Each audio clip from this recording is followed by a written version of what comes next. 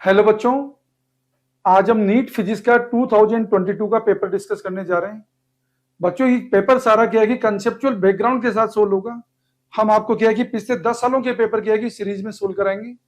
इस सीरीज को बच्चों अगर आप क्या है कि पूरे कंसेप्चुअल बैकग्राउंड के साथ अगर वॉच करते हैं बच्चों, तो आप समझ लीजिए कि 45 में से क्या है कि 40 सिमिलर टाइप के क्वेश्चन को आप 100% सोल्व करेंगे।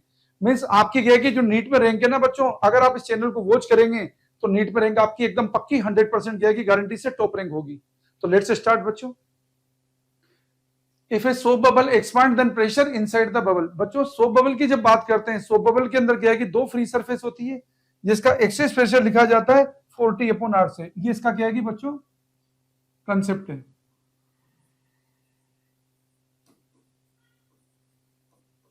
बच्चों सोप बबल के अलावा अगर वाटर बबल होता तो उसमें नंबर ऑफ फ्री सरफेस बन होती, वहां पे एक्सेस प्रेशर 2T/R होता। तो जब बात करेंगे बच्चों सोप बबल की, ये सोप बबल की जो थिकनेस है ना, यहां तो आपको मोटी दिखा रहा है कि बहुत कम होती है बच्चों, नेग्लिजिबल, वेरी थिन। ये सोप सॉल्यूशन है बच्चों। अगर बच्चों आर में इसकी मीन रेडियस लिख रहा हूं बच्चों, तो सोप बबल में एक्सिस प्रेशर लिखा जाता है 40/R से। एक्सिस प्रेशर का मीनिंग है बच्चों pressure inside minus pressure outside. इसको लिखा जाता है 40/R से। आर यहाँ पे सोप सॉल्यूशन का सरफेस टेंशन है। अब बच्चों सॉल्यूशन की बात करते हैं।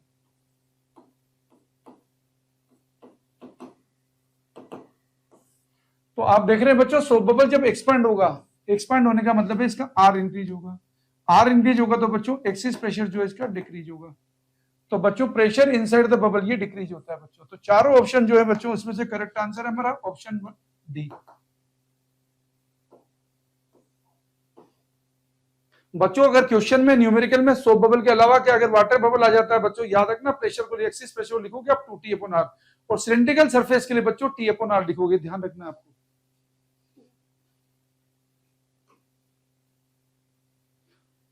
The graph which shows the variation of the de Broglie wavelength lambda of a particle and its associated momentum p। बच्चों चार ऑप्शन दे रखे हैं बच्चों। जब भी क्या है कि ग्राफ आपको क्या है कि ऐसा दे रखा और लैम्डा और पी के बीच में, तो ये आपका कंसेप्ट है बच्चों।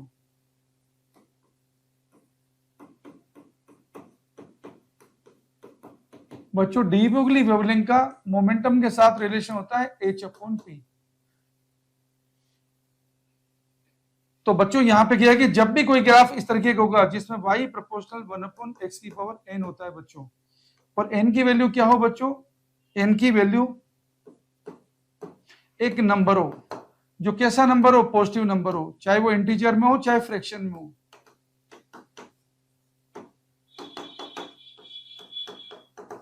बस n की वैल्यू क्या नहीं होनी चाहिए, n की वैल्यू 0 नहीं होनी चाहिए, नेगेटिव नहीं होना चाहिए, इमेजिनरी नहीं होनी चाहिए। तो बच्चों ऐसी सिचुएशन में y और x के बीच में जब भी ग्राफ बनाया जाता है, ग्राफ होता है बच्चों हाइपरबोला। तो सॉल्यूशन देखते हैं बच्चों।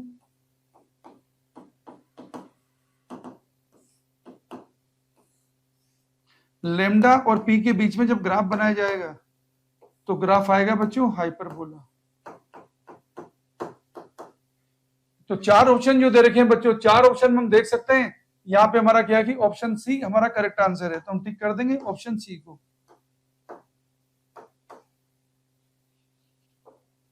तो बच्चों हमारा करेक्ट आंसर है ऑप्शन सी।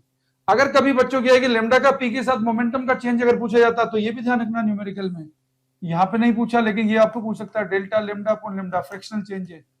इसको लिख देना बच्चों minus delta P upon P, percentage हो तो 100 से मल्टीप्लाई कर देना।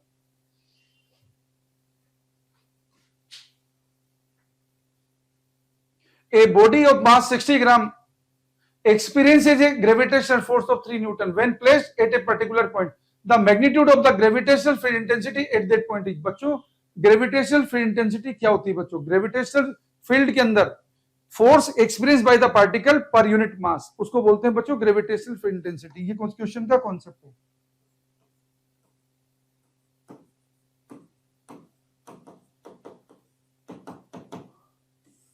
Gravitational field intensity vector quantity बच्चों, इसको आई से लिखा जाता है, इसको रिप्रेजेंट करते हैं फोर्स पर यूनिट मास से। रिलेटेड बच्चों आपको क्या है कि क्वेश्चन पूछ जा सकते हैं रिलेटेड आपको कोई भी क्वेश्चन पूछ जाएगा, जैसे बच्चों सॉलिड स्फीयर होता है, यहाँ पे नहीं है बच्चों, ये सॉलिड स्फीयर आपको एक्स्ट्रा बता रहा हूँ। सॉलिड स्फीयर की रेडियस बच्चों आर है, यहाँ के सेंटर से आर डिस्टेंस है बच्चों, इंटेंसिटी क्या लिखते हैं minus GM upon R square. Surface पे क्या हो जाएगी GM upon capital R square, और अंदर के पॉइंट पे क्या होगी बच्चों, अंदर के पॉइंट पे होगी बच्चों minus GM upon R cube into R. लेकिन बच्चों अगर ये होलो स्फीयर होता तो अंदर बच्चों जीरो थी, बाहर की साइड यही आती बच्चों। ग्राफ भी अगर आपसे पूछा जाता, अगर सॉलिड स्फीयर की बात करते हैं, यहाँ तो हमारा क्वेश्चन खाली इंटेंसिटी का ही है, लेकिन सॉलिड स्फीयर की बात होती है बच्चों, तो सॉलिड स्फीयर के केस में इंटेंसिटी का जब ग्राफ बनाते हैं बच्चों, तो अंदर तो होता लीनियर, बाहर होता बच्चों ऐसा हाइपरबोलिक। ये सॉलिड स्फीयर का बच्चों, और होलो स्फीयर क्या होता है, तो अंदर बच्चों जीरो होता, बाहर तो ग्राफ ऐसा ही होता। अब हमें तो क्या है कि इस क्वेश्चन में हमारा आंसर इसके अकॉर्डिंग होगा। मीन्स हमें क्या है कि यहाँ पे फील्ड इंटेंसिटी पूछी बच्चों, ये सॉल्यूशन है इसका। बच्चों अगर आप क्या है कि इन पेपर को पूरा वॉच करोगे तो 100% गारंटी बच्चों कि क्या है कि क्वेश्चन बिल्कुल सिमिलर टाइप के आएंगे। आपको जो सॉल्यूशन बताने वाला हूं जो पिछले 10 सालों के, ये समझ लेना कि आप क्या है कि जो 45 क्वेश्चन है उसमें 40 क्वेश्चन आप आराम से कर पाओगे।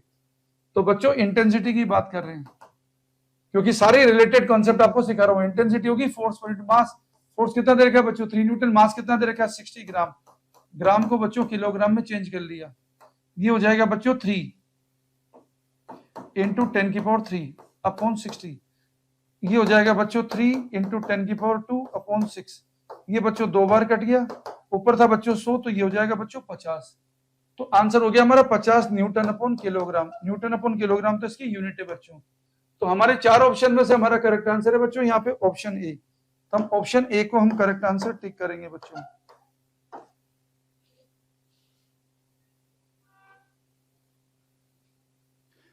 Given below are two statements. Statement 1. Biot-Savart law gives the expression for the magnetic field strength of an infinitesimal current element ideal of a current carrying conductor only. Statement 2. Biot-Savart law is analogous to Coulomb's inverse square law of charge q, with the former being related to field produced by a scalar source ideal, while the latter being produced by a vector source q. In light of above statement, choose the most appropriate answer from the options given below. बच्चों क्या है कि question के अंदर क्या है कि की कंसेप्ट ये है,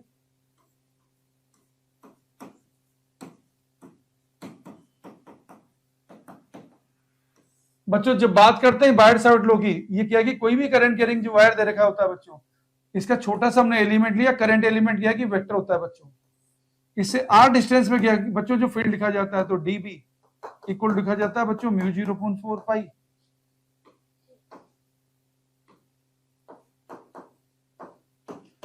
आई DL vector cross R cap upon R square, ये बच्चों फील्ड होता है। तो यहां पे आप देखेंगे बच्चों, जबकि कूलम्स लॉ तो क्या होता है बच्चों, कूलम्स लॉ होता है एफ इक्वल टू के Q1 Q2 upon R square.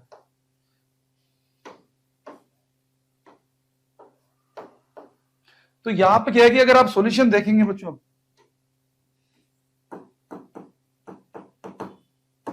तो सॉल्यूशन में आपको मालूम है कि बायट-सावर्ट लॉ केवल क्या है कि किसके लिए फील्ड बताता है बच्चों, मैग्नेटिक फील्ड बताता है करंट एलिमेंट के लिए। तो हमारा स्टेटमेंट 1 तो करेक्ट है।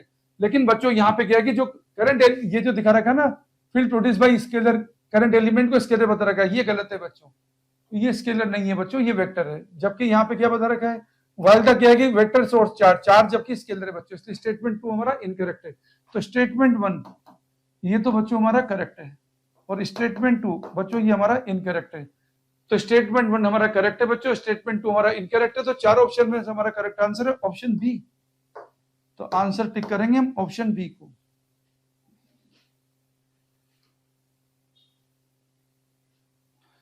The ratio of the distances traveled by a freely falling body in the first, second, third and fourth second।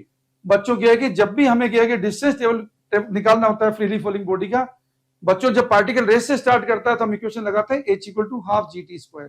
तो आप क्या है कि सीधा ट्रिक से भी लगा सकते हैं। ट्रिक तो ये होती है बच्चों कि अगर पार्टिकल इनिशियली रेस्ट में और मोशन यूनिफॉर्म एक्सेलरेटरी मोशन हो, तो सेम टाइम इंटरवल में बच्चों डिस्टेंस टेबल का रेशियो होता है 1:3:5:7:9। लेकिन अगर आप सोल्व करके देखना चाहते हो, नीट में सोल्व करके देखने की जरूरत होती है, जो चीजें ट्रिक से सोल्व होती है उसे ट्रिक से सोल्व करना है, क्योंकि आपको क्या है कि कुछ जगह टाइम बचाना होता है। लेकिन अगर कंसेप्ट सोल्व करना चाहते हो तो ये बच्चों आपका कॉन्सेप्ट है।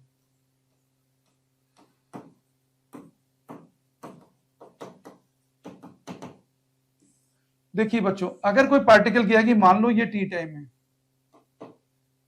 ये बच्चों 2t टाइम है, ये बच्चों 3t टाइम है, और ये बच्चों 4t टाइम है। यहाँ पे चला बच्चों H1, यहाँ पे चला H2, यहाँ पे चला H3, यहाँ पे चला H4। तो H2 माइनस H1 निकाल लो, H3 माइनस H2 निकाल लो, H4 माइनस H3 निकाल लो, और निकालने की जरूरत नहीं बच्चों, डायरेक्ट होता है। H1 तो कितना हो गया बच्चों, हाफ GT स्क्वायर। H2 कितना हो जाएगा बच्चों, हाफ G इंटू 2t का स्क्वायर। H3 कितना हो जाएगा बच्चों, हाफ G इंटू 3t का स्क्वायर। ये कितना हो जाएगा बच्चों, हाफ G इंटू 4t का स्क्वायर। अब आपको क्या है कि बच्चों सॉल्यूशन देखिए,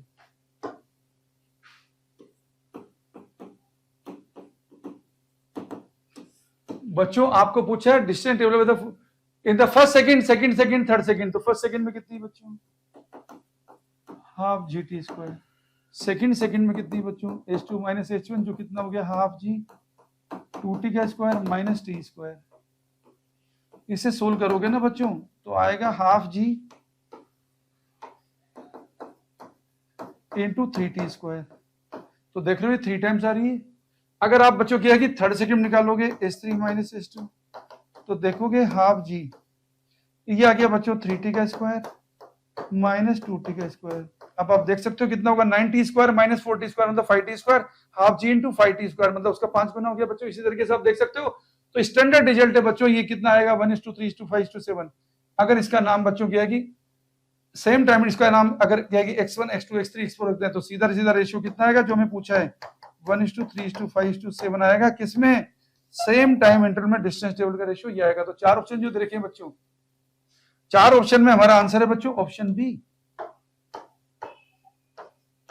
तो सेम टाइम इंटरवल में डिस्टेंस टेबल का रेशियो आएगा 1:3:5:7। हम डायरेक्ट ट्रिक करेंगे बच्चों, ऐसा कोई सोल्व करने की जरूरत नहीं है। In half wave rectification, if the input frequency is 60 Hz, then the output frequency would be। बच्चों हमारे पास क्या है कि दो तरीके के रेक्टिफायर होता है। कंसेप्ट ये होता है कि रेक्टिफायर का काम होता है एसी को डीसी में कन्वर्ट करना। कोई भी रेक्टिफायर से 100% डीसी नहीं होती बच्चों, डीसी में एसी मिक्स होकर आती है इंप्योरिटी की फॉर्म में, जिसको अपन रिपल बोलते हैं।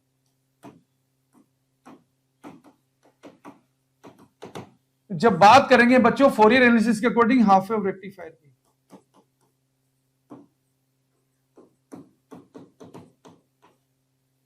अगर बच्चों फ्रीक्वेंसी एफ है किसकी, फ्रीक्वेंसी ऑफ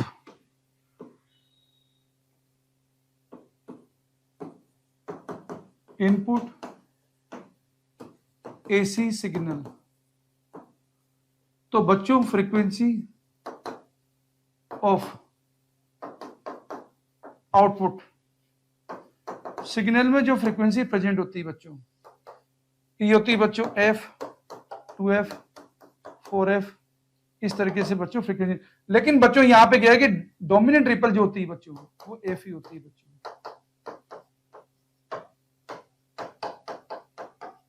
रिपल का मतलब बच्चों जो क्या है कि एसी कंपोनेंट के अंदर डीसी कंपोनेंट जो एसी कंपोनेंट मिक्स होकर आता है उसको बोलते हैं बच्चों रिपल।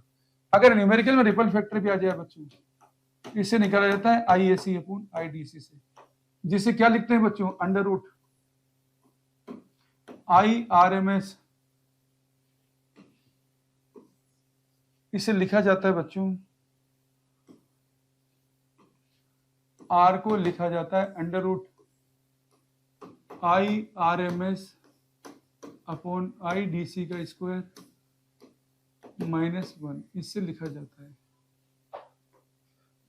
हाफ वेव रेक्टिफायर में निकालोगे बच्चों तो ये 0.4 के आसपास आता है, मतलब उसमें एसी कंपोनेंट ज्यादा जाता है जीसी कंपोनेंट से।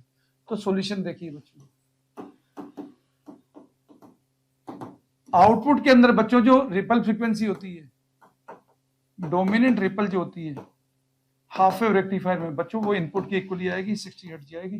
तो 4 ऑप्शन जो है बच्चों, 4 ऑप्शन में से हमारा करेक्ट आंसर है ऑप्शन बी। तो हम टिक करेंगे बच्चों ऑप्शन बी को, हम हमारा करेक्ट आंसर टिक करेंगे।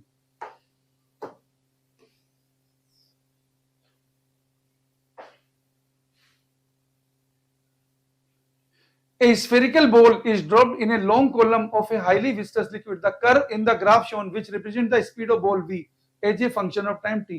बच्चों ये क्वेश्चन क्या है कि विस्कोसिटी चैप्टर का है। जब हम क्या है कि किसी बॉल को किसी विस्कस मीडियम में गिराते हैं, मान लो उसकी डेंसिटी सिग्मा है, बॉल की डेंसिटी रो है, तो बच्चों क्या है कि पहले वेलोसिटी बढ़ती जाएगी क्योंकि रो सिग्मा से ज्यादा है, और फिर क्या है कि एक स्टेज ऐसी आएगी बच्चों विस्कस फोर्स के बढ़ने की वजह से बॉल एक मैक्सिमम वेलोसिटी अटेन कर लेगी, जिसको बोलते हैं बच्चों टर्मिनल वेलोसिटी। तो देखिए इस क्वेश्चन को सोल्व करने का कंसेप्ट आपका ये है।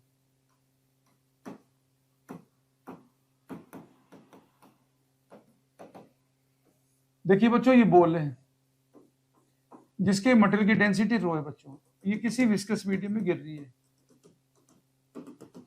जिसकी डेंसिटी सिग्मा है। तो देखिए बच्चों ये तो इसका वेट है, अगर इसकी रेडियस r है तो 4/3 pi r cube rho into जी, ये इसका वेट है बच्चों, और ये इस पे लगने वाला अपथ्रस्ट फोर्स है बच्चों 4/3 pi r cube sigma into जी, और ये इस पे लगने वाला बच्चों विस्कस फोर्स है 6 पाई ईटा rv। जैसे जैसे बॉल की वेलोसिटी बढ़ती है, क्यों बढ़ती है? क्योंकि रो सिग्मा से ज्यादा है, तो बॉल की वेलोसिटी बढ़ेगी, ये एक मैक्सिमम वेलोसिटी अटेन कर लेगी जिसका नाम टर्मिनल वेलोसिटी होता है बच्चों। तो इसको बच्चों क्या है कि इसको इन दोनों के इक्वल कर देंगे, तो बच्चों वेलोसिटी का फॉर्मूला ये आता है 2/9 r² rho minus sigma into जी अपॉन ईटा। अब बच्चों हम ग्राफ के बारे में बात करेंगे, तो सॉल्यूशन देखिए, सॉल्यूशन ये बच्चों, ये वेलोसिटी तो आपको पूछा टाइम के साथ, कभी भी ये टर्मिनल वेलोसिटी अटेन नहीं करती बच्चों। कभी कभी क्या है कि बच्चों क्वेश्चन आएगा कि 2 ड्रॉप जा रही है, जब बच्चों जाके मिलके हो जाएगी, तो आप क्या कर देना, मास कंजर्वेशन कर देना, क्योंकि एक बॉल का मास कितना होगा बच्चों, बड़ी बॉल का 4/3 pi r cube into density, okay, equal to 2 छोटी ड्रॉप का मास कर देना, और b प्रोपोर्शनल क्या होगा r²। ऐसा भी गया कि क्वेश्चन आता रहता है, क्योंकि इस साल यह है बच्चों, तो अगले साल उस तरीके का आ जाएगा 2 बॉल की कोलिस करने का, तो ये आपको ध्यान रखना है। ये हमारे क्वेश्चन का सोल्व करने का कंसेप्ट है बच्चों। तो यहाँ पे हमारा ग्राफ बनेगा बच्चों, 4 ऑप्शन जो दिखा रखे हैं, ऑप्शन बी हमारा करेक्ट, देखो यहाँ पे ग्राफ बनेगा हमारा ग्राफ ए, तो हमारा आंसर हो जाएगा बच्चों ग्राफ ए हमारा करेक्ट आंसर हो जाएगा, जिसमें बी दिखा रखा है। The angle between the electric lines of force and the equipotential surfaces. बच्चों जब बात करते हैं अपन इलेक्ट्रिक फील्ड लाइन की और इक्विपोटेंट लाइन की, तो याद रखिए बच्चों कॉन्सेप्ट ये कि electric field line and equipotential line एक दूसरे के हमेशा परपेंडिकुलर होती है बच्चों। इक्विपोटेंशियल लाइन का मतलब उस लाइन पे क्या कि पोटेंशियल कांस्टेंट होता है, अगर किसी चार्ज पार्टिकल को इक्विपोटेंशियल लाइन पे किया कि आप मूव कराओगे, पोटेंशियल डिफरेंस जीरो होने की वजह से इलेक्ट्रोस्टैटिक वर्क डन जीरो होगा। तो याद रखना बच्चों इक्विपोटेंशियल लाइन पे ग्रेविटेशनल वर्क डन का जीरो होना जरूरी नहीं है, ग्रेविटेशनल वर्क डन तो तभी जीरो होगा जब हॉरिजॉन्टल प्लेन में जाएगा, अगर वर्टिकल प्लेन में जाएगा तो ग्रेविटेशनल वर्क डन नहीं आएगा, इलेक्ट्रोस्टैटिक वर्क डन जीरो आएगा इक्विपोटेंशियल लाइन पे। ये भी एक्स्ट्रा बात बता रहा हूं आपको। तो बच्चों क्वेश्चन को सोल्व करने का कंसेप्ट ये है,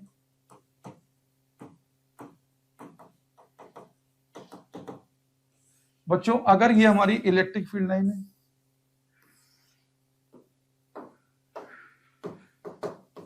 तो बच्चों और ये इक्विपोटेंशियल लाइन है, अगर यहां पोटेंशियल V1 लिखा, यहां पोटेंशियल V2 लिखा, यहां पोटेंशियल V3 लिखा, याद रखना इलेक्ट्रिक फील्ड लाइन और इक्विपोटेंशियल लाइन में ये इलेक्ट्रिक फील्ड इंटेंसिटी और पोटेंशियल में बच्चों ये रिलेशन होता है, इक्वल होता है बच्चों -dV/dr।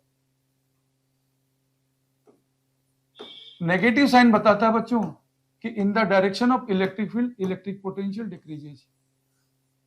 तो बच्चों इसका मतलब ये हुआ कि यहाँ पोटेंशियल अगर V3 तो V3 कम होगा, V2 से कम होगा बच्चों V1 से, ये हमारे पास रिलेशन है। तो बच्चों सॉल्यूशन देखते हैं।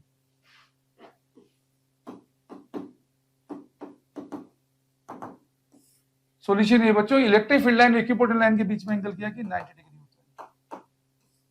तो हमारे क्या है बच्चों 4 ऑप्शन जो है इसमें करेक्ट आंसर बनेगा ऑप्शन बी, ये हमारा करेक्ट आंसर बनेगा। As the temperature increases the electric resistance, बच्चों 4 ऑप्शन दे रखे हैं। रेजिस्टेंस के बारे में अगर बात करेंगे बच्चों, तो रेजिस्टेंस का क्या है कि कॉन्सेप्ट हमारा ये है,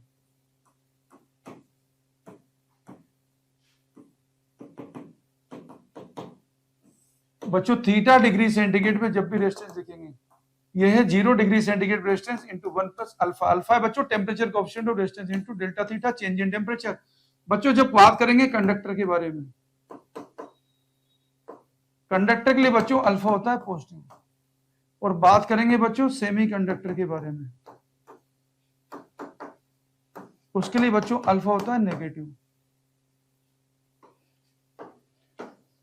तो बच्चों सॉल्यूशन देख सकते हैं हम,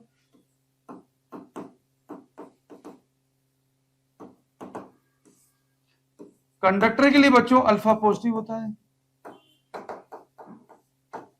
तो टेम्परेचर इंक्रीज होगा, तो बच्चों रेजिस्टेंस इंक्रीज होगा। जबकि बात करेंगे बच्चों सेमीकंडक्टर के लिए, उसके लिए बच्चों अल्फा नेगेटिव होता है, तो टेम्परेचर इंक्रीज होगा, बच्चों रेजिस्टेंस डिक्रीज होगा। तो बच्चों electric resistance increases for conductor as the temperature increases for conductors and decreases for semiconductors. तो बच्चों चार ऑप्शन में से हमारा करेक्ट आंसर है ऑप्शन बी।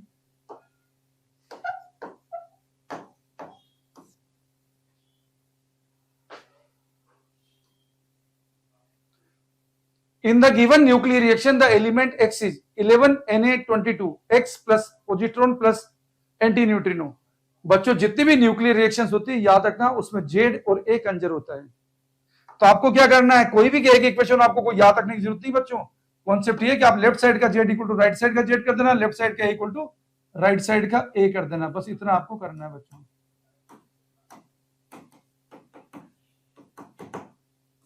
बच्चों in nuclear reaction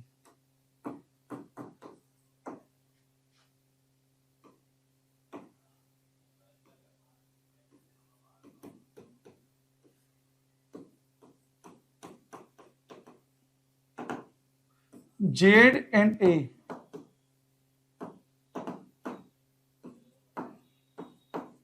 remains conserved. तो बच्चों क्वेश्चन का सॉल्यूशन आ जाएगा बच्चों। देखो बच्चों इक्वेशन क्या दे रखी, 11Na22 क्या बना, ऐसे भी लिख सकते हो बच्चों, x पॉजिट्रॉन को लिखते हैं बच्चों +1 E0। एंगुलर मोमेंटम कंजर्वेशन को सेटिस्फाई करने के लिए पाउली नाम के साइंटिस्ट ने बताया कि जब पॉजिट्रॉन निकलेगा तो साथ न्यूट्रॉन निकलता है, जब इलेक्ट्रॉन निकलता है तो साथ एंटी न्यूट्रॉन निकलता है। तो बच्चों देखो 11, इसका नाम जेड रख दिया बच्चों, इसका नाम ए रख दिया, तो आप देख सकते हैं 11 इक्वल टू क्या बनेगा, जेड +1। तो बच्चों यहां से जेड तो कितना आ गया आपको 10, और बच्चों 22 इक्वल टू बना a +0। तो बच्चों a आपके पास आया 22, तो हमारा आंसर बनेगा 10Ne22। जैसा मैंने आपको बताया कोई आपको नाम याद रखने की जरूरत नहीं है। तो चारों ऑप्शन में से हमारा करेक्ट आंसर है बच्चों ऑप्शन बी।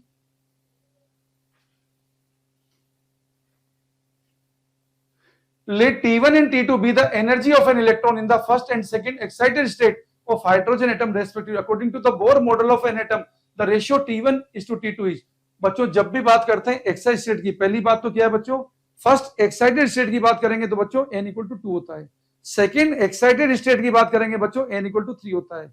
और एनर्जी किसी भी क्या की ऑर्बिट में लिखते हैं बच्चों -13.6 Z²/n²। ओके, ये हमारा कॉन्सेप्ट है बच्चों।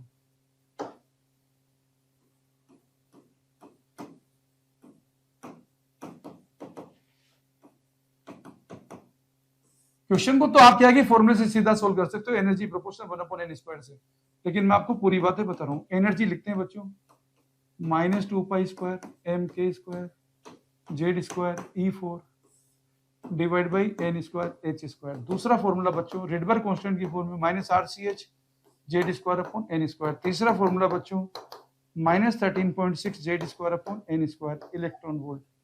अब बच्चों क्या है कि बात करेंगे nth ऑर्बिट में एनर्जी की equal to first orbit energy divide by n²।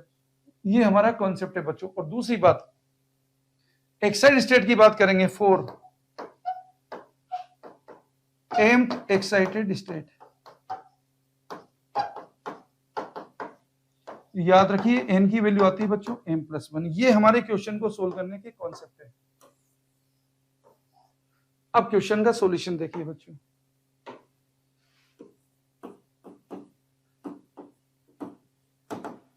आपको क्वेश्चन बोला पहले फर्स्ट एक्साइटेड स्टेट, बोला सेकंड।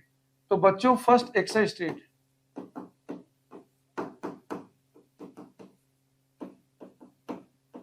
इसके लिए बनेगा बच्चों n इक्वल टू 2, और सेकंड एक्साइटेड स्टेट इसके लिए बनेगा बच्चों n इक्वल टू 3। अब आपको रेशियो पूछा है बच्चों, आप देखिए T1/T2 ये आएगा बच्चों 1/2² डिवाइड बाई 1/3²। तो बच्चों 9/4 ये हमारा आंसर बनेगा। तो चार ऑप्शन जो दे रखे हैं बच्चों, चार ऑप्शन में से हमारा करेक्ट आंसर है ऑप्शन सी। तो हम टिक कर देंगे बच्चों ऑप्शन सी को हमारा correct answer. The ratio of the radius of gyration of a thin uniform disk about an axis passing through its center and normal to its plane to the radius of gyration of the disk about its diameter is। ये बच्चों disc है। अब बच्चों जब बात करते हैं disc की, बच्चों डिस्क के सेंटर मास से जाने वाली प्लेन के परपेंडिकुलर एक्सिस के अबाउट मोमेंट से होता है 1/2 mr², जबकि डिस्क के सेंटर मास से जाने वाली इसके डायमीटर से पास होने वाली एक्सिस के अबाउट बच्चों मोमेंट ऑफ इनर्शिया होता है 1/4 mr²। कैसे है बच्चों? Iz इक्वल टू लगाया हमने Ix plus Iy perpendicular theorem से। बच्चों डिस्क के केस में मास का डिस्ट्रीब्यूशन सिमेट्रिकल होता है, तो Ix इक्वल टू क्या रहेगा बच्चों? Iy। तो कहने का मीनिंग डायमीटर से जाने वाली एक्सिस के अबाउट बच्चों डिस्क का मोमेंट ऑफ इनर्शिया आएगा 1/4 mr²। और किसी भी चीज को बच्चों जब रेडियस ऑफ गायरेशन की फॉर्म में लिखते हैं तो आई क्या लिखते हैं बच्चों? आई सेंटर में जाने वाली के अबाउट लिखते हैं बच्चों मास बॉडी का m²। ये हमारे क्वेश्चन को सोल्व करने का कॉन्सेप्ट है बच्चों।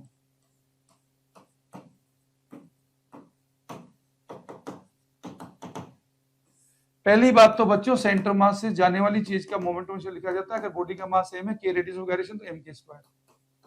बात करेंगे बच्चों डिस्क की। डिस्क के सेंटर मास से जाने वाली और प्लेन के परपेंडिकुलर एक्सिस के अबाउट बच्चों इसका नाम Z1 Z2 डाल दो। ये होता है बच्चों 1/2 mr²। और बच्चों डिस्क के डायमीटर से जाने वाली एक्सिस के बारे में बात कर दूं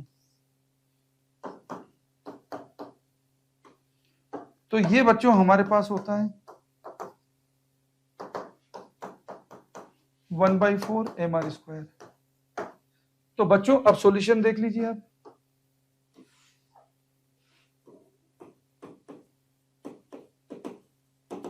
ये हमने कहां से निकाला था बच्चों? Iz equal to Ix plus Iy से करा था। और बच्चों डिस्क में मास का डिस्ट्रीब्यूशन सिमेट्रिकल, तो Ix इक्वल टू क्या होता है बच्चों? Iy। तो हमने Ix निकाल के बता दिया था। अब बच्चों हमें रेडियस ऑफ गायरेशन का रेशियो पूछा है, तो देखो half mr² divide by 1/4 mr²। यह है बच्चों k1 square upon k2 square. तो बच्चों k1 square upon k2 square आपके पास आ गया 2/1। तो k1 अपॉन k2 क्या बनेगा बच्चों? k1 अपॉन k2 बनेगा √2:1। जो चार ऑप्शन है बच्चों, इन चार ऑप्शन में से अगर आप देखेंगे तो हमारा करेक्ट आंसर है ऑप्शन ए।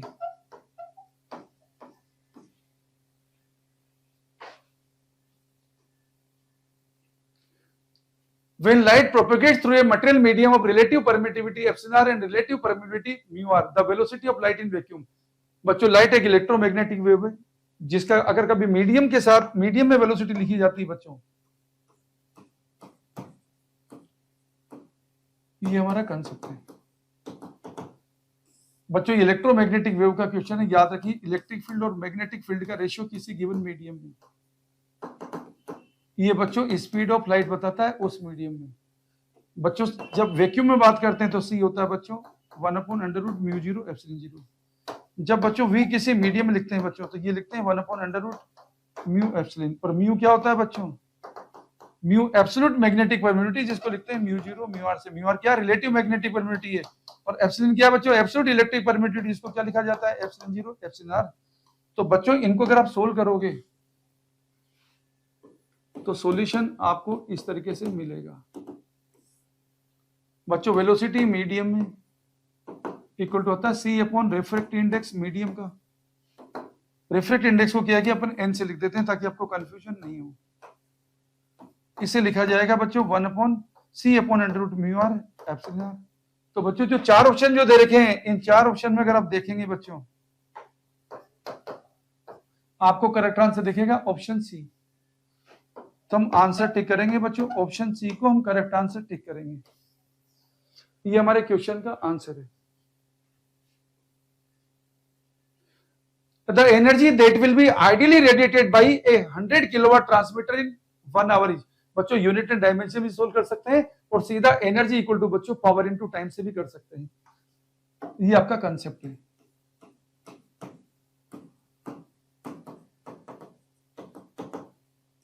बच्चों एनर्जी को लिखेंगे हम पावर इनटू टाइम से। और पता है 1 आवर कितना होता है? 1 आवर होता है 60 मिनट और 1 मिनट कितना होता है? 60 सेकेंड। तो ये बनेगा 3060 सेकेंड। और किलो बच्चों प्रीफिक्स होता है जिसकी वैल्यू होती है 10⁻3। अब हम करते हैं बच्चों solution.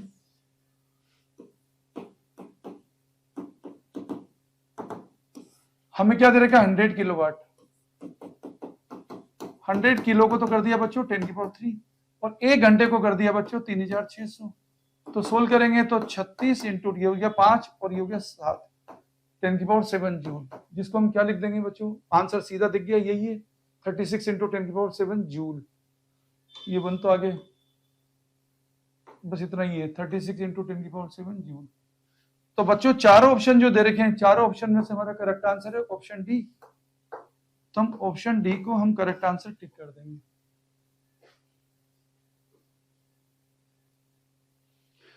An electric lift with a maximum load of 2000 kg lift plus passengers is moving up with a constant speed of 1.5 meter per second. The frictional force opposing the motion is 3000 Newton. The minimum power delivered by the motor to the lift in watts is G equal to 10 meter per second square. बच्चों जब भी क्या है कि instantaneous power की बात की जाती है जो होती है rate of doing the work, उसे लिखते हैं फोर्स एंड वेलोसिटी के डॉट प्रोडक्ट से। तो ये क्वेश्चन के सोल्व करने का बच्चों हमारा कॉन्सेप्ट है।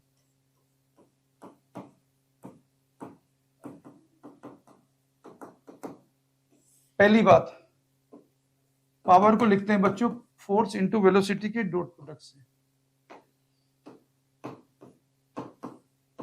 और दूसरी बात बच्चों, जब चलेगी लिफ्ट कांस्टेंट स्पीड से तो याद रखना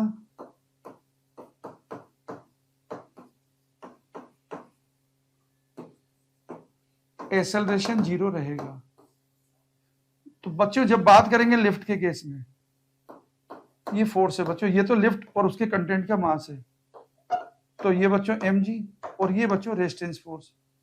तो पावर क्या हो जाएगी बच्चों mg प्लस r, ये तो टोटल हो गया इंटू v, ये बच्चों हमारे पास पावर हो जाएगी। अब सॉल्यूशन देखते हैं बच्चों।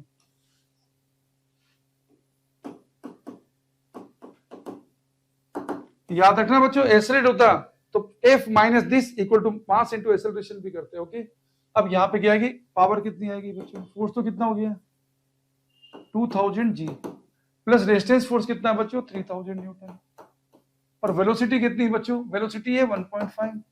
इसे सोल्व करेंगे बच्चों 20,000 और 3 हो गया बच्चों 23,000 इंटू 1.5। जिसे सोल्व करेंगे बच्चों तो देखो 15 से करेंगे, 15 3 45 बनेगा, 4 बनेगा, 15 2 30 और 4 34 बनेगा। और बच्चों 0.5 हटा देंगे तो 1.5 हटा दो बच्चों तो 2 0 बनेगा, तो 34,500 बनेगा बच्चों। तो चार ऑप्शन जो दे रखे हैं बच्चों, अगर आप देखने की कोशिश करेंगे तो यहाँ पे आपको आंसर दिख रहा है ऑप्शन डी। तो हम टिक करेंगे बच्चों ऑप्शन बी को हमारा करेक्ट आंसर।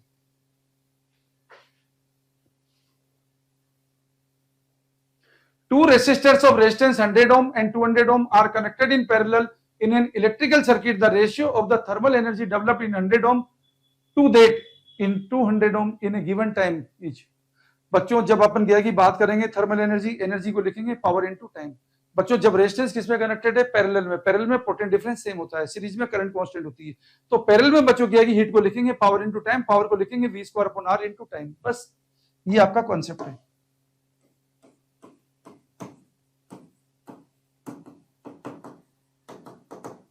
जब बच्चों रेजिस्टेंस कनेक्टेड होंगे पैरेलल में,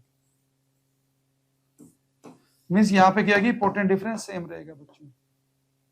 ये रेजिस्टेंस बच्चों R1 है, यहाँ R2 है, यहाँ हीट बच्चों H1 है, यहाँ H2 है। तो बच्चों H1 क्या लिखेंगे v square upon R1 into T, और यहाँ H2 क्या लिखेंगे बच्चों v square upon R2 into T. अब बच्चों सॉल्यूशन देखते हैं। याद रखना सीरीज होती तो करंट कांस्टेंट करते। बच्चों हीट डेवलप्ड का रेशियो है H1 अपॉन H2, ये आएगा बच्चों R2 अपॉन R1। तो बच्चों ये आएगा 200 डिवाइड बाई 100 जो आएगा 2:1। तो बच्चों जो चार ऑप्शन है उसमें से क्या है कि हम करेक्ट ऑप्शन देखेंगे तो हमारा ऑप्शन 1 हमारा करेक्ट आंसर है। याद रखना बच्चों यही क्वेश्चन अगर सीरीज में आया था तो सीरीज में बच्चों क्या कांस्टेंट होती है, करंट कांस्टेंट होती है। तो आप हीट का रेशियो किससे निकालते हैं, I square R1 into T से, I square R2 into T से। तो हीट का रेशियो कितना आता है बच्चों, R1 और R2 का क्या कि प्रोपोर्शनल आता है। ध्यान रखना आपको ये यहाँ पे हीट का रेशियो आता है बच्चों R1:R2, ये ध्यान रखना आपको अगर सीरीज में आ जाए तो, क्योंकि जो इस साल पूछा है उसका वैसा ही क्वेश्चन पूछेगा, थोड़ा बदल के पूछेगा। ओके, आप तो बच्चों इन क्वेश्चन को क्या है कि जो आपको 10 सालों के जो क्वेश्चन करा रहा हूं बच्चों डेली, आप क्या है कि इसे ढंग से कर लीजिए। आप क्या है कि कम से कम 40 क्वेश्चन फोड़ देंगे बच्चों। The peak voltage of the AC source is equal to, बच्चों जब अपन क्या है कि कॉन्सेप्ट देखेंगे, आरएमएस वैल्यू और पीक वैल्यू की बात करेंगे।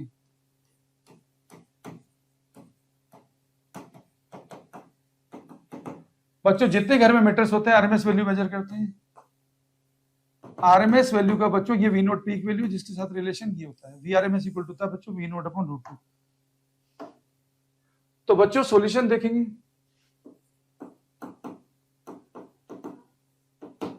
एक बात और याद रखना बच्चों, यहाँ पर पीक वैल्यू ज्यादा होती है बच्चों आरएमएस वैल्यू से, और आरएमएस वैल्यू ज्यादा होती है बच्चों एवरेज वैल्यू से। पता है एवरेज वैल्यू अगर आपसे पूछता एसी की तो लिखते 2v0/π। ये भी याद रखना एवरेज वैल्यू केवल आधी साइकिल निकाली जाती है, क्योंकि फुल साइकिल के लिए एसी की एवरेज वैल्यू 0 होती है बच्चों। ओके, ये ध्यान रखना आप। तो बच्चों यहाँ पे सॉल्यूशन में हमारे पास क्या है कि डायरेक्ट है बच्चों, peak voltage of AC source is equal to root 2 time the RMS value. बच्चों यहाँ पे क्या है कि सीधा कोई कैलकुलेशन नहीं है बच्चों, ऑप्शन 2 हमारा करेक्ट आंसर है।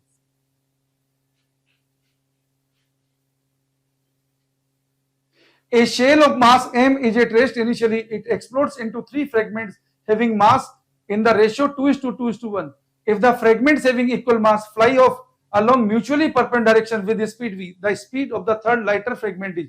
बच्चों क्या है कि जब भी क्या है कि कोई शेल एक्सप्लोड होता है जो शुरू में रेस्ट में, क्योंकि इनिशियल मोमेंटम जीरो बच्चों को एक्सटर्नल फोर्स नहीं है, तो सिस्टम का मोमेंटम कंजर होगा तो फाइनल मोमेंटम भी जीरो होगा। ये आपको कॉन्सेप्ट लगाना है। तो देखो बच्चों ये आपका कॉन्सेप्ट है यहाँ पर।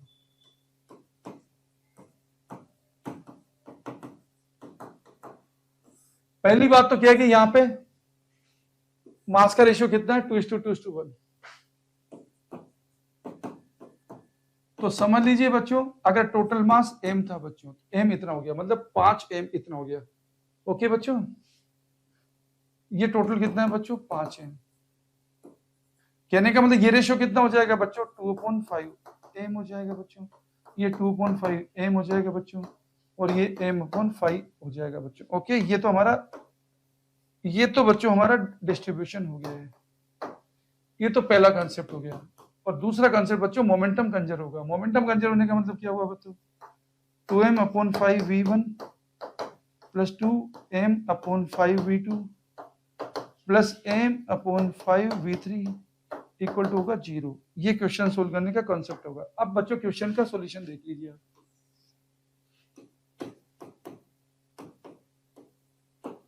आपको क्या दिया हुआ है, आपको दिया बच्चों दो जो सेम मास के पार्टिकल ना म्यूचुअली परपेंडिकुलर डायरेक्शन जा रहे हैं, इधर जा रहे हैं, मतलब ये 2m/5 वाला इधर जा रहा है v से, ये 2m/5 वाला जा रहा है v से। अब तीसरे को नेचुरल सी बात है अपने आप भी आ जाएगा, ये m/5 वाला है। मान लो बच्चों ये v1 से जा रहा है। अब बच्चों क्या हो गया 2m/5, इसका तो क्या रिजल्टेंट कितना हो जाएगा परपेंडिकुलर है बच्चों 2m/5 v√2 हो गया। ये सीधा किसके इक्वल बनेगा बच्चों m/5 v1 के। अब जो कट रहा है ना उसे काट लो बच्चों, क्या क्या कट गया, वरना आपको कंपोनेंट करने पड़ता है। ये परपेंडिकुलर सीधा सीधा लिख दिया, वरना आप क्या करते हैं यहाँ थीटा मानते, इसकी v1 cos थीटा और v1 cos थीटा वाले को 2m/5 v कर देते, v1 sin थीटा वाले को 2m/5 v कर देते, सोल्व कर देते। ओके, अब यहाँ से m से m काट दिया बच्चों, और क्या कट रहा है 5 से 5 कट गया बच्चों। तो v1 कितना आ गया बच्चों, v1 आ गया 2√2v। ये हमारे पास क्या है कि थर्ड फ्रेगमेंट की क्या है कि बच्चों स्पीड है 2√2v। तो 4 ऑप्शन जो दे रखे हैं बच्चों उसमें से ऑप्शन बी हमारा करेक्ट आंसर है। 4 ऑप्शन में से बच्चों हमारा करेक्ट आंसर है option B. An ideal gas undergoes 4 different processes from the same initial state as shown in the figure below. Those processes are adiabatic, isothermal, isobaric, and isochoric. The curve which represent the adiabatic process among 1, 2, 3 and 4 is। बच्चों सबसे पहले तो आपको ये मालूम होना चाहिए कि एडियाबेटिक प्रोसेस जो होते हैं उसकी इक्वेशन और स्टेट होती है PV gamma equal to constant. Isothermal process की इक्वेशन स्टेट होती है बच्चों PV equal to constant. Isochoric process में बच्चों वॉल्यूम कांस्टेंट होता है, और आइसो थर्मल प्रोसेस में बच्चों टेम्परेचर कांस्टेंट होता है, और आइसोबेरिक प्रोसेस में बच्चों प्रेशर कांस्टेंट होता है। तो बच्चों ये क्वेश्चन का आपका कंसेप्ट है।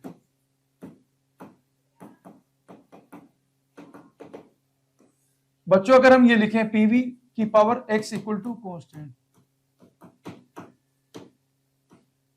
तो आप यहाँ पे क्या बात देख रहे हैं बच्चों, आप यहाँ पे एक खास बात नोट करेंगे बच्चों, जब x इक्वल टू क्या होगा 0, तब तो ये बनेगा प्रेशर कांस्टेंट, प्रोसेस क्या बनेगा आइसोबैरिक, जो बच्चों इस तरीके का होगा। अब बच्चों जब x इक्वल टू बनेगा 1, तो बच्चों प्रोसेस बनेगा आइसोथर्मल,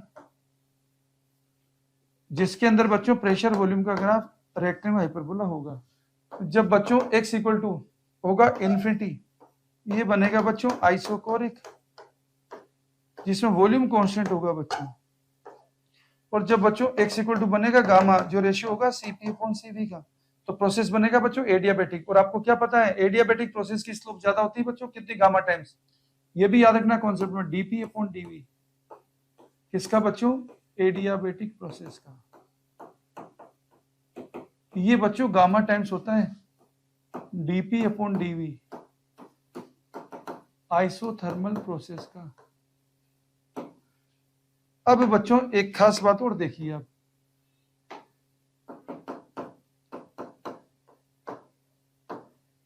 खास बात ये बच्चों कि कैसे पहचाने बच्चों कॉन्सेप्ट के अंदर। देखिए इसका कॉन्सेप्ट लंबा है, कोई भी ग्राफ बच्चों जो y और x के बीच में होता है, आपको सीधा सीधा करना है, इस लाइन की स्लोप, हॉरिजॉन्टल लाइन की स्लोप बच्चों 0 होती है, वर्टिकल लाइन की बच्चों स्लोप इन्फिनिटी होती है। तो अगर बच्चों क्या है कि आपको कैसे ढूंढोगे कि कौन सा ग्राफ किसका है, इधर से इधर जाओगे बच्चों स्लोप बढ़ेगी, इधर से इधर जाओगे स्लोप बढ़ेगी, इधर से इधर जाओगे स्लोप बढ़ेगी, इधर से इधर जाओगे स्लोप बढ़ेगी। अब देखो बच्चों इन दो ग्राफ को देखो, ये बच्चों आइसोथर्मल एडियाबेटिक है, मैंने आपको क्या बताया था, इस लाइन की स्लोप 0, इस लाइन की स्लोप इन्फिनिटी है, इधर से इधर जाएंगे स्लोप बढ़ेगी, इसका मतलब ये बच्चों एडियाबेटिक होगा, ये आइसोथर्मल होगा।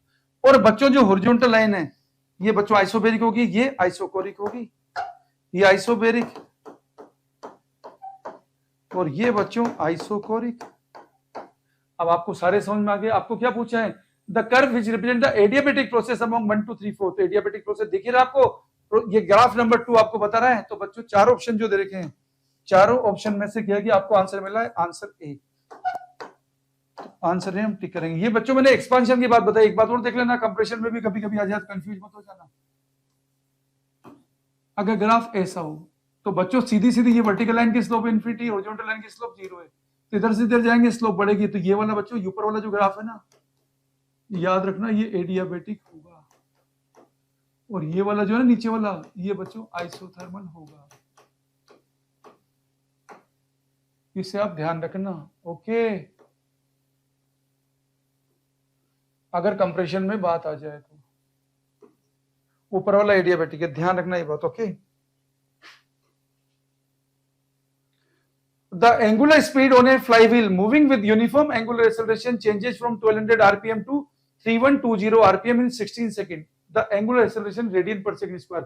बच्चों स्पीड तो दे रखी है आरपीएम में, और 1 रिवोल्यूशन पर मिनट, 1 रिवोल्यूशन होता है बच्चों 2 पाई रेडियन, 1 मिनट होता है 60 सेकंड। और एंगुलर एक्सेलरेशन क्या होता है बच्चों, delta omega upon delta T, means change in angular velocity upon time interval. Okay बच्चों, ये हमारे क्वेश्चन को सोल्व करने के कॉन्सेप्ट है।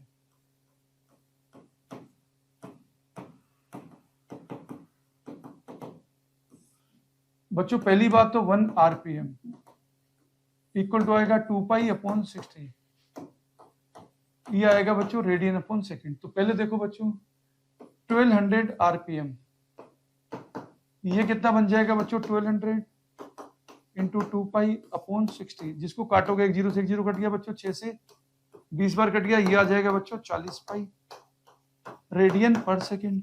अब आगे देखो बच्चों, आगे दे रखा 3120 आरपीएम, ये हो जाएगा बच्चों 3120 इंटू 2 पाई अपॉन 60, जो कट रहा है उसे काटो बच्चों, क्या क्या कट रहे हैं, एक जीरो से एक जीरो कटा। अब 6 से काटूंगा ना बच्चों इसको 6, तो 6 पंजे 30 बचेगा एक, 6 2 12, तो ये हो जाएगा बच्चों 54 पाई, 54 नहीं बच्चों, ये हो जाएगा 104 पाई।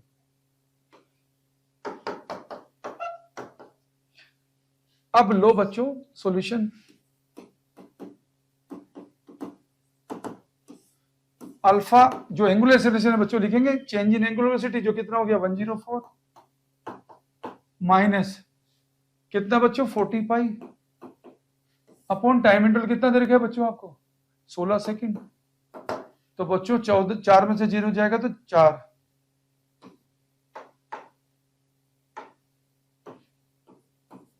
और बच्चों 10 में 4 में 0 गया तो 4, 10 में 4 जाएगा तो 6, 64/16 पाई, ये बचेगा बच्चों 4 पाई, और यूनिट है इसकी रेडियन पर सेकंड स्क्वायर। तो बच्चों जो 4 ऑप्शन जो दे रखे हैं, 4 ऑप्शन में से हमारा करेक्ट आंसर है ऑप्शन ए, तो हम टिक कर देंगे बच्चों, ऑप्शन ए को हम आंसर टिक कर देंगे। Okay, plane angle and solid angle है बच्चों, जब बात करेंगे प्लेन एंगल सॉलिड एंगल की, तो बच्चों दोनों में यूनिट होती है, लेकिन दोनों डायमेंशन होते हैं। प्लेन एंगल की बच्चों यूनिट होती है कि सप्लीमेंट्री यूनिट में आती है बच्चों, प्लेन एंगल की यूनिट क्या होती है, रेडियन में बच्चों, और सॉलिड एंगल की यूनिट क्या होती है, स्टेरेडियन में। बच्चों ये आपका कॉन्सेप्ट है।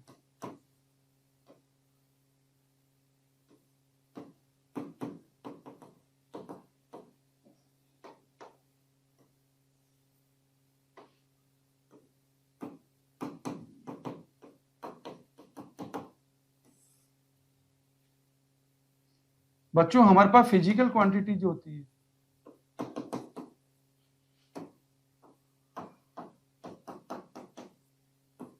हम क्या बोलते हैं बच्चों, CGS, APS, MKS और SI, इन सिस्टम में हम डिवाइड करते हैं बच्चों। ओके, एक बोलते हैं फंडामेंटल क्वांटिटी, एक बोलते हैं डिराइव्ड, एक बोलते हैं बच्चों सप्लीमेंट्री। तो सप्लीमेंट्री वाला केस है बच्चों, सॉल्यूशन देखिए आप। सॉल्यूशन में क्या आएगा बच्चों, plane angle,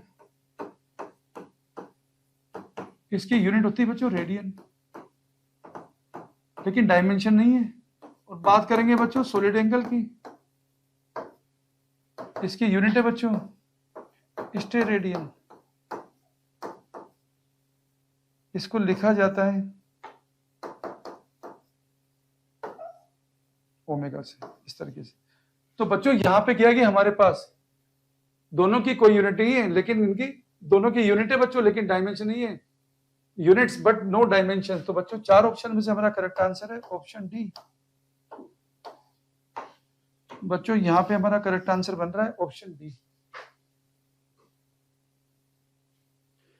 In the given circuits A, B and C, the potential drop across the two PN junction are equal। बच्चों अगर आप फर्स्ट वाले को देखोगे, जब PN जंक्शन के अंदर बच्चों क्या है कि P टाइप को क्या है कि बच्चों बैटरी के पॉजिटिव में जोड़ते हैं तो फॉरवर्ड बायस में होता है, P टाइप को N से जोड़ते हैं बच्चों नेगेटिव से तो वो रिवर्स बायस में होता है। तो यहाँ पे देखेंगे ना बच्चों, ये आपका कॉन्सेप्ट है।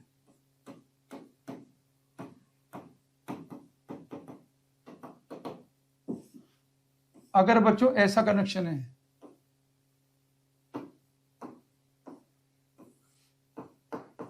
ये तो बच्चों सिस्टम आ गया फॉरवर्ड बायस में। अगर बच्चों कनेक्शन ऐसा है,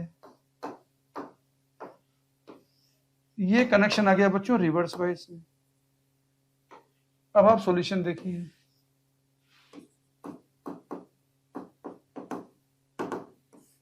आप क्या है कि पहले पार्ट में देखेंगे बच्चों दोनों फॉरवर्ड बायस में है, ये पहला पार्ट है बच्चों। थर्ड पार्ट में देखेंगे बच्चों वो भी, ये पहला पार्ट है बच्चों। ये थर्ड पार्ट में देखोगे बच्चों, क्योंकि इनको किससे जोड़ा हुआ है, नेगेटिव से बच्चों, ये भी बच्चों फॉरवर्ड बायस है। और जबकि इसमें P और N है बच्चों, ये फॉरवर्ड बायस था, वो रिवर्स बायस था बच्चों के। इसका मतलब क्या है कि यहाँ पे पोटेंशियल ड्रॉप सेम रहेगा किसमें, सर्किट नंबर 1 एंड 3 में, A और C में। तो बच्चों हम टिक करेंगे यहाँ पे ऑप्शन सी, तो हमारा आंसर बनेगा बच्चों ऑप्शन सी।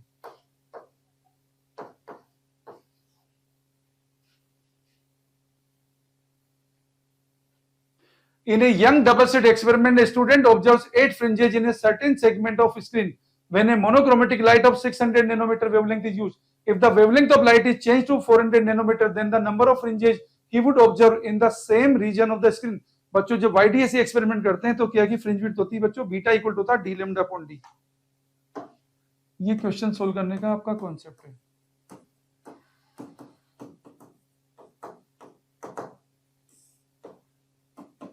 बच्चों फ्रिंज विड्थ को लिखते हैं डी लैम्डा अपॉन डी, एक फ्रिंज की विड्थ है बच्चों। अब कोई सर्टेन सेगमेंट दे रखा है, इसका मतलब अपन लगाएंगे बच्चों जो डिस्टेंस है ना टोटल,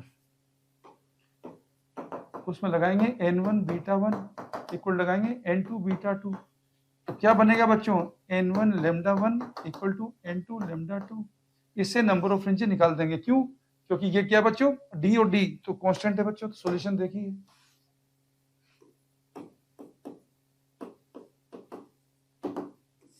आपको क्या दे रखा है बच्चों, 600 नैनोमीटर है बच्चों, 8 फ्रिंजें मिल रही है, 8 इंटू 600। अब आपने बच्चों काम लिए 400 नैनोमीटर, उसकी मान लो n2 मिल रही है बच्चों, n2 इंटू 400। जो कट रहा है उसे काट लीजिए बच्चों, क्या क्या कट गया, ये बच्चों 8 इंटू 6 करेंगे तो 48 हो जाएगा, तो ये 12 बार कट जाएगा बच्चों, तो n2 आ जाएगा बच्चों 12। तो 4 ऑप्शन जो है बच्चों, उसमें करेक्ट आंसर है हमारा ऑप्शन सी।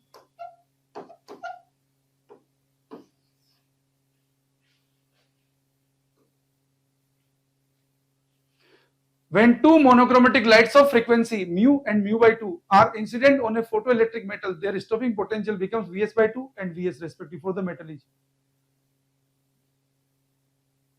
बच्चों यहाँ पे स्टॉपिंग पोटेंशियल बन रहा है Vs by 2 एंड Vs। अब आप साफ देख सकते हैं बच्चों, ये क्वेश्चन जो ना क्वेश्चन ही गलत है। क्यों? क्योंकि क्या है कि हमारा फोटो कंसेप्ट ये बच्चों,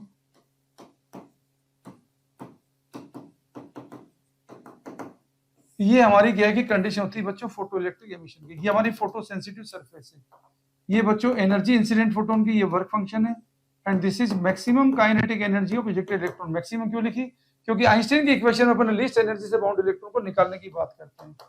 तो E इक्वल लिखते हैं बच्चों एच इक्वल लिखते हैं बच्चों फाई प्लस ई के maximum, this is maximum kinetic energy of ejected electron, जिसको हम क्या लिखते हैं, E V naught. V naught क्या बच्चों, स्टॉपिंग पोटेंशियल। तो बच्चों अगर फ्रीक्वेंसी बढ़ाएंगे तो काइनेटिक एनर्जी इजेक्टेड इलेक्ट्रॉन की बढ़ेगी, तो स्टॉपिंग पोटेंशियल बढ़ेगा। लेकिन यहाँ तो बच्चों क्या है कि ये फ्रीक्वेंसी म्यू है, म्यू पे बच्चों क्या है कि स्टॉपिंग पोटेंशियल कितना रहा है, और म्यू बाय 2 पे ज्यादा आ रहा है। तो क्वेश्चन का सॉल्यूशन बच्चों ये तो नॉट पॉसिबल है, कुछ डेटा गलत है बच्चों, नॉट पॉसिबल। मींस ये तो बच्चों ये बात हुई कि एक बच्चा क्या है कि एक बच्चा अगर 4 घंटे पढ़ता है तो उसकी रैंक बच्चों क्या है कि कुछ अच्छी आ रही है, और अगर वो बच्चा क्या है कि मान लो क्या है कि 1 घंटे पढ़ रहा है तो उसकी रैंक क्या है कि उससे भी ज्यादा आ गई। ऐसा कैसे होगा बच्चों? अगर ज्यादा पढ़ेगा तो रैंक ज्यादा नहीं चाहिए, समझाने के लिए बता रहा हूं, ऐसा नहीं कि हमेशा ऐसा होगा। A square loop of side 1 meter and resistance 1 ohm is placed in a magnetic field of 0.5 Tesla. If the plane of loop is perpendicular to the direction of magnetic field, the magnetic flux through the loop is, बच्चों जब magnetic flux की बात करते हैं तो लिखते हैं B dot A, जिसको लिखते हैं बी ए कोस थीटा। और थीटा किसके बीच के एंगल होता है, बी और ए का। और एरिया वेक्टर की डायरेक्शन बच्चों सरफेस के आउटपुट डोनर होती है, जो यहाँ पे 0 है। तो बच्चों ये आपका कॉन्सेप्ट है।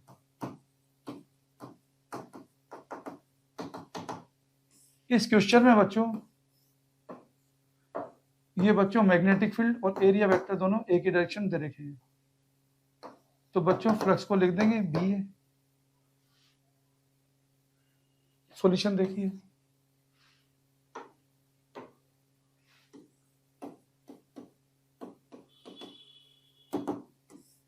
बच्चों ये मैग्नेटिक फ्लक्स है। आपको क्या है कि बच्चों यहाँ पे मैग्नेटिक फील्ड दे रखा है 0.5 टेस्ला, और क्योंकि स्क्वायर लूप दे रखा है जिसकी डायमेंशन 1 दे रखी है, तो एरिया कितना हो जाएगा 1/1, 1 into 1, तो आंसर आ जाएगा बच्चों 0.5 वेबर। मैग्नेटिक फ्लक्स की यूनिट होती है बच्चों। 4 ऑप्शन जो है इसमें बच्चों हमारा करेक्ट आंसर है ऑप्शन ए, ये हमारा करेक्ट आंसर है। Two hollow conducting spheres of radii r1 and r2, r1 very greater than r2 have equal charges. The potential would be, बच्चों क्या है कि जब बात करेंगे इलेक्ट्रिक पोटेंशियल की, ये आपका कॉन्सेप्ट है।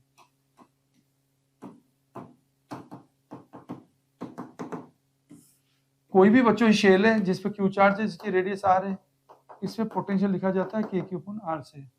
अब आप खुद ही बच्चों समझ गए होंगे, जिसकी रेडियस कम होगी बच्चों उसकी सरफेस पे पोटेंशियल ज्यादा होगा। तो बच्चों r1 ज्यादा है तो पोटेंशियल कम होगा फर्स्ट पे, सेकंड पे ज्यादा होगा पोटेंशियल। तो बच्चों more on bigger sphere, more on small sphere, potential would be more on bigger sphere, more on small sphere पे ज्यादा होगा बच्चों, क्योंकि जिसका r कम होगा उसका पोटेंशियल ज्यादा होगा। तो 4 ऑप्शन में से बच्चों हमारा करेक्ट आंसर है ऑप्शन ए, ये हमारा करेक्ट आंसर है। A copper wire of length 10 meter and radius 10 power minus 2 upon under root pi meter has electric resistance of 10 ohm. The current density in the wire for an electric field strength of 10 volt upon meter is. बच्चों current density को लिखते हैं current upon cross section area. याद रखना current density vector quantity होती है, इसकी direction electric field में होती है, इसकी डायरेक्शन करंट की डायरेक्शन होती है, लेकिन करंट स्केलर क्वांटिटी होती है। तो बच्चों ये क्वेश्चन सोल्व करने का कॉन्सेप्ट है।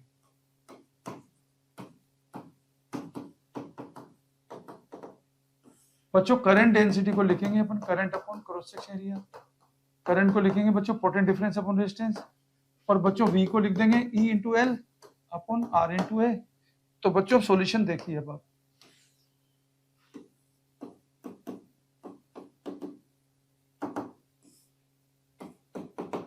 बच्चों हम लिखेंगे E into L, electric field कितना दे रखा है आपको,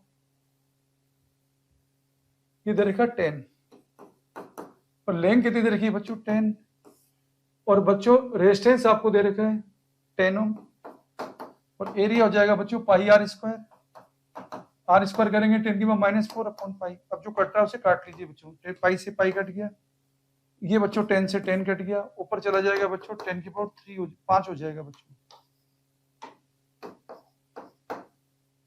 एम्पियर अपॉन मीटर स्क्वायर। तो बच्चों जो चार ऑप्शन जो दे रखे हैं, इन चार ऑप्शन में से हमारा करेक्ट आंसर है ऑप्शन सी। तो ऑप्शन सी को हम टिक कर देंगे बच्चों। A long solenoid of radius 1 millimeter has 100 tons per millimeter. If 1 ampere current flows in the solenoid, the magnetic field strength at the center of the solenoid is. बच्चों सोलनाइड की बात करेंगे कि सोलनाइड ऐसी होती है बच्चों, लार्ज नंबर ऑफ क्या है कि करंट कैरिंग कॉइल जब क्या है कि टाइटली लपेट देते हैं बच्चों, तो उसको अरेंजमेंट को बोलते हैं सोलनाइड। बच्चों सोलनाइड की एक्सिस पे फील्ड यूनिफॉर्म होता है, जिसकी वैल्यू होती है म्यू 0 एन आई। स्मॉल एन क्या होता है बच्चों, number of turns per unit length. अब बच्चों क्वेश्चन का सॉल्यूशन देखते हैं।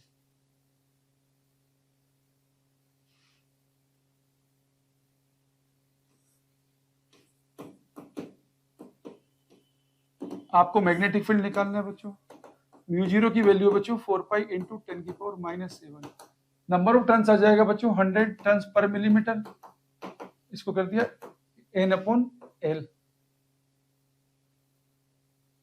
ओके, और रेडियस आपको म्यू 0 एन आई कर दीजिए बच्चों, म्यू 0 एन आई, ओके, यही है हमारे पास बच्चों। तो सोल्व करेंगे तो कितना हो गया 4 पाई इंटू 10 की पावर -7 इंटू 10 की पावर 5 इंटू 1, तो ये हो जाएगा बच्चों 4 पाई इंटू 10 की पावर -2, तो कितना हो गया बच्चों 12.56 इंटू 10 की पावर -2 टेस्ला। तो बच्चों चार ऑप्शन जो दे रखे हैं, चार ऑप्शन में से हमारा करेक्ट आंसर है ऑप्शन ए। अब आप सोच रहे होंगे कि यहाँ पे क्या है कि सोलनाइड के याद रखना कि अगर एक्सट्रीम एंड पे पूछा जाता तो वो mu not an I upon 2 होता है, ये बात याद रखना।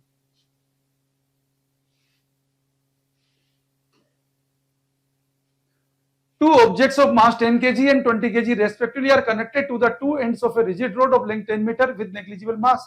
The distance of the center of mass of the system from the 10 kg mass. बच्चों सेंटर मास वो पॉइंट होता है जिसके अबाउट मास के मोमेंट का वेक्टर सम 0 होता है। ये आपका कॉन्सेप्ट है बच्चों।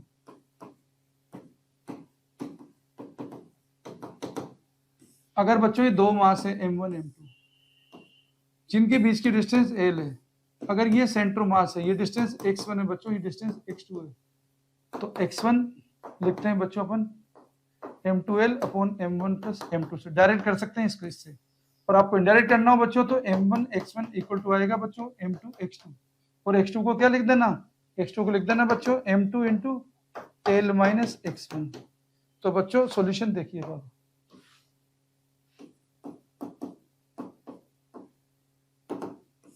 सेंटर मास हमेशा हेवी रिपोर्शन के क्लोज होता है। आपको 10 kg से पूछा है, ये 10 kg और ये 20 kg और ये 10 मीटर है बच्चों। तो सेंटर मास की पोजीशन यहां से आएगी बच्चों x1 लिख दो, चलो x1 आ गया m2 इंटू 10 अपॉन 10 प्लस 20 30, 10 से बच्चों 3 बार कट गया, तो ये आ जाएगा 20 अपॉन 3 मीटर। तो चार ऑप्शन जो दे रखे हैं बच्चों, उसमें से हमारा ऑप्शन ए हमारा करेक्ट आंसर है।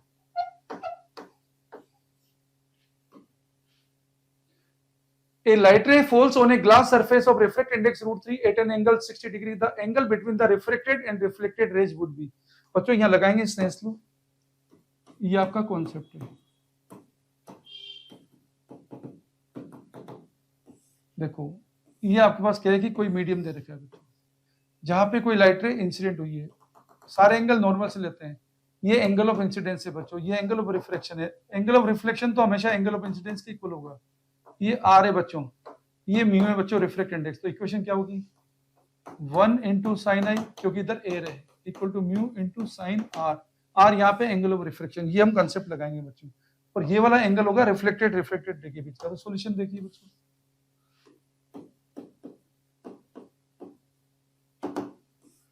देखो 1 इंटू साइन 30, 1 आई दे रखा आपको कितना 60 डिग्री, साइन 60 डिग्री कितना होता है बच्चों √3.2, म्यू कितना दे रखा है √3 इंटू साइन आर, आर यहाँ पे एंगल ऑफ रिफ्लेक्शन है, √3 से बच्चों √3 कट गया, तो साइन आर आपके पास आ गया 1/2, तो बच्चों आर हो गया आपके पास 30 डिग्री। अगर बच्चों आर 30 डिग्री है तो देख सकते हो ये कितना होगा बच्चों, डायग्राम में आपको साफ पता चलेगा कि ये एंगल 60 है बच्चों, तो ये भी 60 होगा, और ये बच्चों 30 डिग्री है, तो 60 और 30 तो 90 हो ही गया बच्चों ये, तो ये एंगल 90 डिग्री हो गया कि नहीं हो गया, तो रिफ्लेक्टेड रिफ्लेक्टेड के बीच का एंगल 90 डिग्री। तो 4 ऑप्शन में से बच्चों हमारा करेक्ट आंसर है ऑप्शन 2, हम टिक करेंगे ऑप्शन 2 को हमारा correct answer. The dimensions m l t power -2 a power -2 belong to, बच्चों 4 ऑप्शन जो दे रखे हैं उसमें सबको हमको देखना होगा। कॉन्सेप्ट ये बच्चों, यहाँ पे आपको फॉर्मूले लगाने पड़ेंगे, सेल्फ इंडक्टेंस इससे निकाल लो, voltage equal to -L di/dt से। बच्चों जब बात करेंगे मैग्नेटिक परमिटिविटी की, तो आप लिख दीजिए B इक्वल टू μ0 ni से। इलेक्ट्रिक परमिटिविटी की बात करेंगे तो F इक्वल टू कर देना 1/4πε0 Q1 Q2 अपॉन r², और बात करेंगे मैग्नेटिक फ्लक्स की तो कर देंगे बच्चों BA से। तो यहाँ किसी का भी निकाल सकते हैं बच्चों, कोई ट्राई करते हैं, चलो मैग्नेटिक परमिटिविटी ट्राई करते हैं बच्चों। तो μ0 कितना आ रहा है देखो B/ni, और B क्या लिखेंगे बच्चों, F इक्वल टू होता है ILB, और बच्चों यहाँ पे नंबर ऑफ टर्न्स को क्या लिखेंगे N/L, और ये I, तो बच्चों F कितना होता है mL/t-2,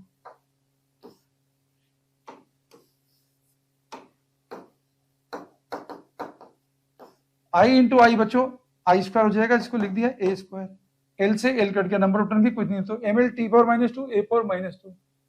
तो बच्चों हमें क्या है कि पहले से ही लग गया था कि ये आंसर इसका होगा, आप और को भी ट्राई कर सकते हैं, ऐसा कोई मुश्किल काम नहीं है, फॉर्मूला आपके सामने लिख दिए हैं।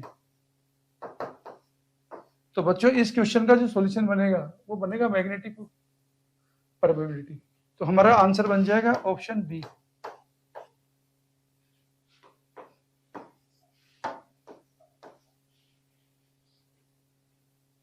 The displacement time graph of two moving particles makes an angle of 30 degree and 45 degree with the x-axis as shown in the figure. The ratio of their respective velocities. बच्चों याद रखना डिस्प्लेसमेंट टाइम ग्राफ का जो slope होती है बच्चों velocity देती है। ये क्वेश्चन सोल्व करने का कॉन्सेप्ट है।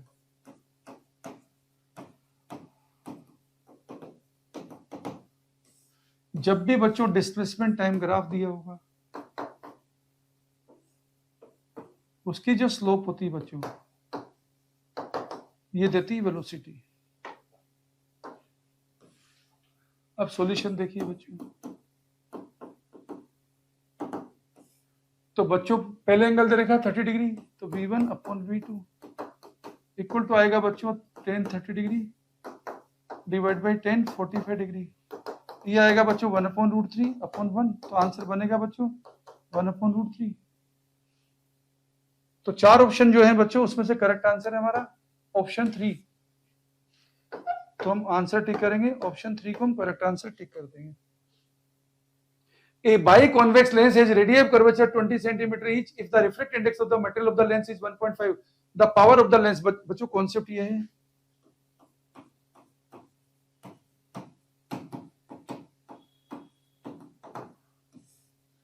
बच्चों लेंस की जो पावर है इसको लिखते हैं 1/f से जब f मीटर में होता है, और इक्वल लिखते हैं बच्चों 100/f से जब f सेंटीमीटर में होता है। और दूसरी बात बच्चों कोई भी लेंस है,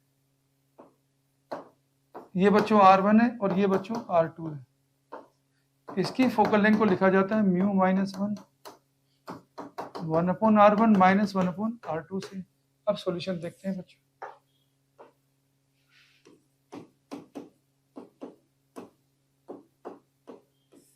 देखो बच्चों यहाँ पे रेडियस ऑफ कर्वेचर दे रखी है आपको 20 सेंटी, बाई कॉन्वेक्स लेंस से 1/f इक्वल टू आएगा म्यू माइनस 1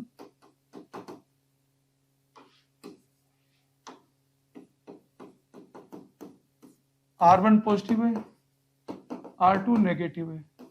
तो सोल्व करेंगे बच्चों 0.5 इंटू 1/10, तो ये हो गया बच्चों 1/20। तो बच्चों हमारा f आ गया 20 सेंटीमीटर, तो पावर आ गई 100/f। ये होगी बच्चों 5 डायोप्टर। तो जो चार ऑप्शन जो दे रखे हैं बच्चों, चार ऑप्शन से हमारा करेक्ट आंसर है ऑप्शन बी प्लस में। हमारा करेक्ट आंसर है बच्चों option B. Match list one with list two. Electromagnetic wave wavelength बता रखी है बच्चों।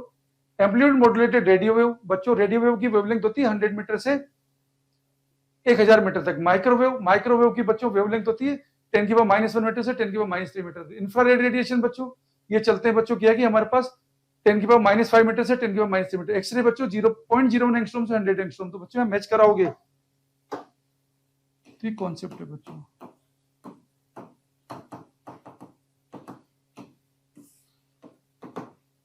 बात कर रहे हैं बच्चों रेडियो वेव की, जिसकी वेवलेंथ चलती है बच्चों 100 मीटर से 1000 मीटर तक। बात करते हैं बच्चों माइक्रोवेव की, जिसकी वेवलेंथ चलती है बच्चों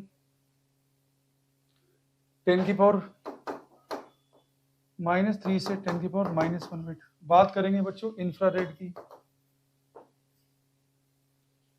इंफ्रारेड की चलती बच्चों 10 की पावर -5 मीटर से 10 की पावर -3 मीटर। बात करेंगे बच्चों एक्सरे की, एक्सरे की चलती है बच्चों 0.01 एंगस्ट्रॉम से 100 एंगस्ट्रॉम तक। 1 एंगस्ट्रॉम होता है बच्चों 10 की पावर -12 मीटर। तो चार ऑप्शन जो देख रहे हैं बच्चों,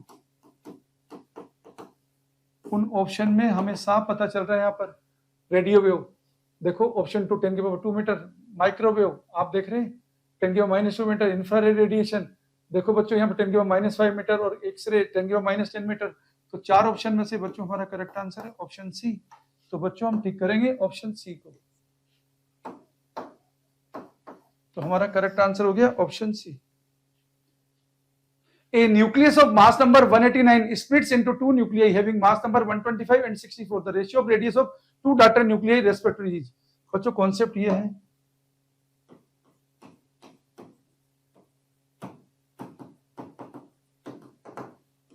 बच्चों रेडियस लिखा जाता है r equal to r0 a की पावर 1/3। अब बच्चों यहां पे हम सॉल्यूशन देखते हैं।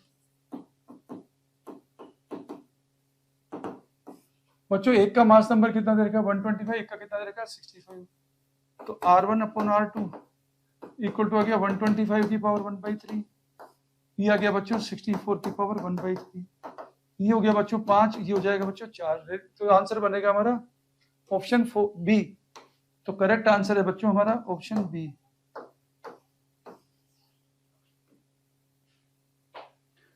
Two transmitted media A and B are separated by a plane boundary. The speed of light in these media are 1.5 into 10 power 8 meter per second and 2 into 10 power 8 meter per second respectively. The critical angle for a ray of light for these two media is.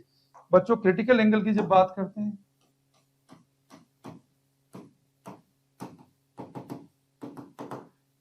याद रखना denser medium में velocity कम होती है।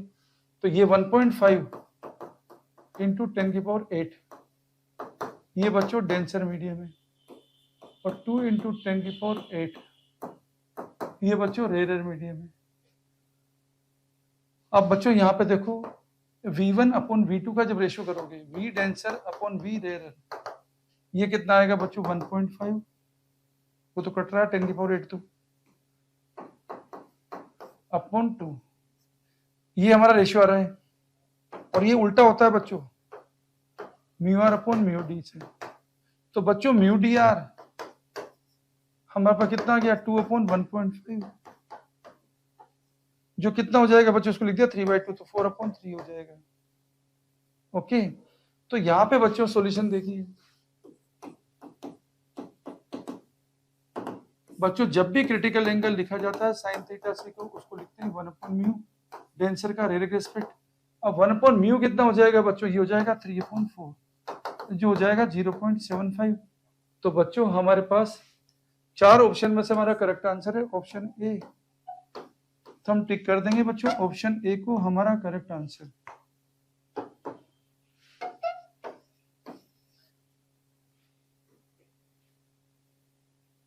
A big circular coil of 1,000 tons and average radius 10 meters is rotating about its horizontal diameter at 2 radian per second. If the vertical component of Earth magnetic field at that place is 2 into 10 power minus 5 Tesla, the electric resistance of the coil is 12.56 ohm. Then the maximum induced current in the coil will be. बच्चों concept ये है,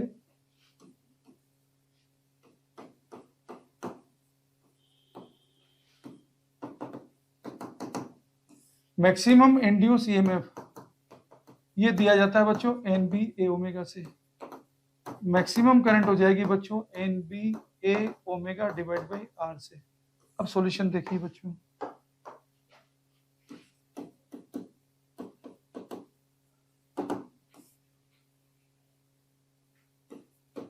I maximum आएगी बच्चों, आपको number of turn दे रखे हैं बच्चों 100,000, आपको यहाँ पे बी दे रखा है बच्चों 2 इंटू 10 की पावर माइनस 5 और रेडियस दे रखी है बच्चों 10 मीटर तो पाई आर स्क्वायर और ओमेगा दे रखा है बच्चों 2 और रेशियो दे रखा है 12.56।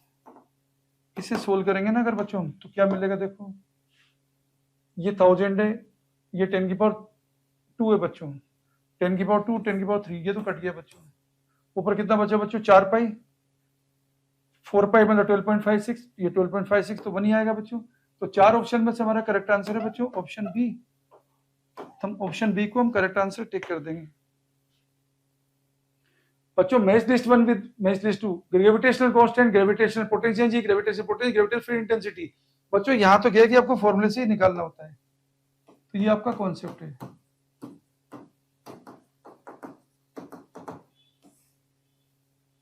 बच्चों एफ इक्वल टू लगाओगे G m1 m2 upon R square और ग्रेविटेशनल पोटेंशियल जी लिखोगे बच्चों minus G m1 m2 upon R और पोटेंशियल को लिखोगे बच्चों minus work done upon mass को और बात करोगे ग्रेविटेशनल फ्री इंटेंसिटी की, ये होगा बच्चों फोर्स पर यूनिट मास। अब बच्चों क्या कि आप उसे डायरेक्ट में लिख सकते हो सॉल्यूशन। देखो पहला है बच्चों ग्रेविटेशनल कांस्टेंट निकालोगे बच्चों वहां से फॉर्मूले से, तो m पर -1 ये आपको याद रहे तो ज्यादा अच्छा है। पोटेंशियल एनर्जी की बात करेंगे बच्चों, तो पोटेंशियल एनर्जी हो चाहे कोई सी भी एनर्जी हो, एनर्जी का मतलब एनर्जी ml2 t-2। बात करेंगे पोटेंशियल की बच्चों work done per unit mass, तो ml2 t-2 अपॉन मास, ये हो जाएगा बच्चों L2 t-2। अब बात करेंगे इंटेंसिटी की बच्चों, intensity force per unit mass, तो ml t-2 अपॉन m, ये हो जाएगा बच्चों LT की पावर -2। तो देखो अब आप मिला लीजिए बच्चों, ग्रेविटी m की पावर -1, L की पावर 3, T की पावर -2, एक आ गया बच्चों 2 और B का potential energy ml2 t-2, B 4 मिल रहा है बच्चों और C देखो ग्रेविटेशनल पोटेंशियल, पोटेंशियल में L2 t-2 वो भी मिल रहा है बच्चों। D में देखो ग्रेविटेशनल इंटेंसिटी बच्चों L T की पावर -2 मिल रहा है बच्चों। तो यहाँ पे आपके पास A का 2 मिला था बच्चों, हाँ ठीक है, A का 2 मिला था बच्चों, B का 4 मिला था। तो चार ऑप्शन जो है बच्चों उसमें आपका करेक्ट आंसर है ऑप्शन 1 मतलब A वाला, A वाला आपका करेक्ट आंसर है बच्चों।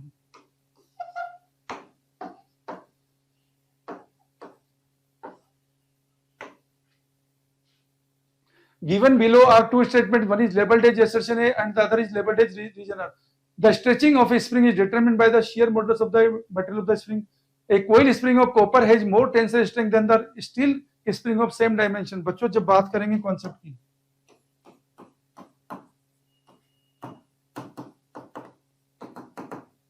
बच्चों जब स्प्रिंग को क्या है कि हम स्ट्रेच करते हैं तो न तो उसकी लेंथ चेंज होती है, स्ट्रेच जब करते हैं ना बच्चों लेंथ और उसका मास दोनों ही कांस्टेंट होता है बच्चों, मतलब वॉल्यूम कांस्टेंट रहेगा। जो चेंज होगी बच्चों उसकी उसकी कर्विलिनियर प्रॉपर्टी चेंज होगी, जो किससे डिसाइड होगी बच्चों? शेयर मॉडुलस से। ओके, और याद रखना वाई स्टील का ज्यादा होता है बच्चों किससे? कॉपर से। तो बच्चों बात करेंगे यहाँ पर, हमारा एसर्शन सही है, ये हमारा सॉल्यूशन है बच्चों।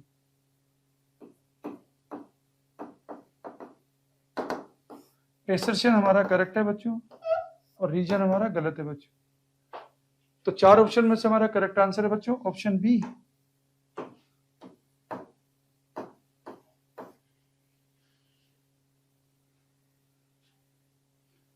यहां पे आप देखेंगे बच्चों, आपको क्या है कि एक लॉजिक गेट दिखा रखा है। लॉजिक गेट के अंदर बच्चों जो आपको एक्सप्रेशन यूज करना होता है, ये आपके कॉन्सेप्ट है बच्चों।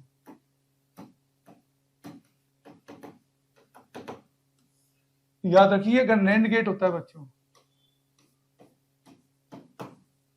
नैंड गेट का बच्चों बुलियन एक्सप्रेशन होता है ए डॉट बी बार।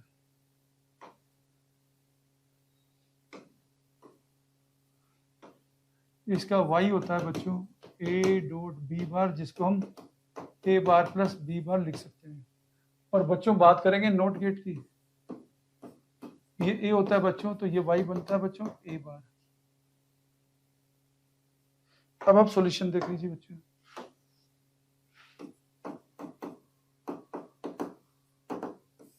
तो बच्चों पहला वाला गेट देखो,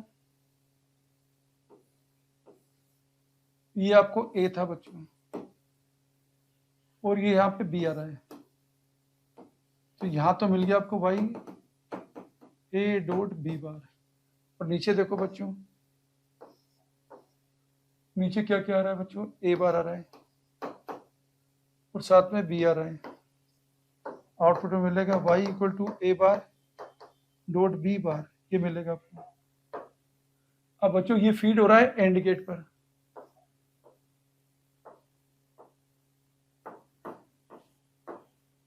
सी, तो यहां पे आपको मिलेगा बच्चों सी मिलेगा A dot B bar dot A bar, ये पूरा था डॉट बी बार, ये आपको मिला।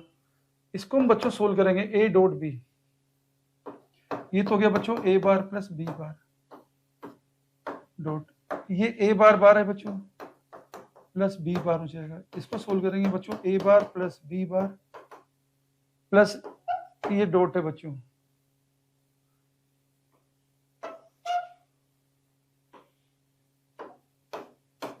इससे लिख दिया बच्चों ए प्लस बी बार। आप चाहें तो बच्चों इसको क्या कि और चेंज कर सकते हैं, इसको आगे जाके सोल्व कर लीजिए बच्चों, आपको मिल जाएगा result. The volume occupied by the molecules contained in the 4.5 kg water at STP if the intermolecular forces vanished away। बच्चों सॉल्यूशन देखिए, ये आपको कॉन्सेप्ट है बच्चों।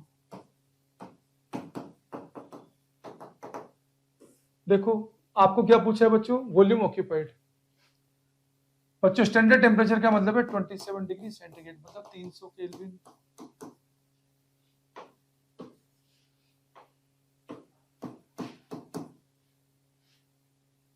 आपको 4.5 केजी दे रखा है। नंबर ऑफ मोल निकालते हैं बच्चों, mass divide by molar mass. Water का बच्चों मोलर मास है 18 ग्राम, ग्राम को किलोग्राम में चेंज करो बच्चों, तो ये हो गया 4.5 इंटू 10 की पावर 3 डिवाइड बाई 18, तो 4 हो गया बच्चों। ये हो गया बच्चों 1000 है ना ऊपर, तो 250 हो गया। अब पूछा बच्चों वॉल्यूम, पीवी इक्वल टू क्या लिखेंगे बच्चों? एनआरटी। सॉल्यूशन कर देंगे बच्चों।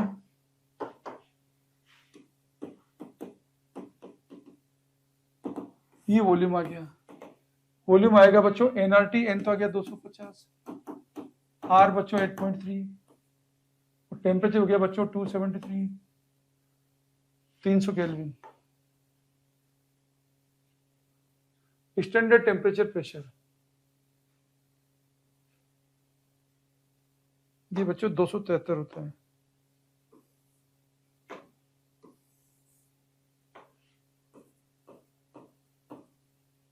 $273 केल्विन,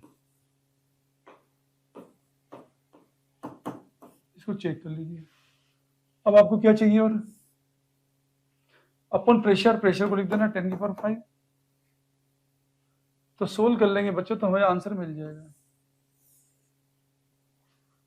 हाँ तो बच्चों ये सारी वैल्यू आप डाल दीजिए और डाल के सोल्व करेंगे बच्चों, तो आपको आंसर मिलेगा 5.6 मीटर क्यूब।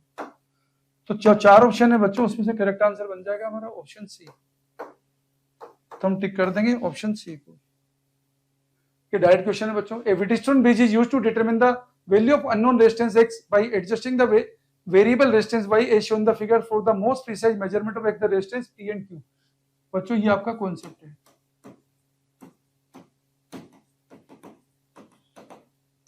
बच्चों व्हीटस्टोन नाम के क्या है कि साइंटिस्ट ने एक ऐसा ब्रिज बनाया।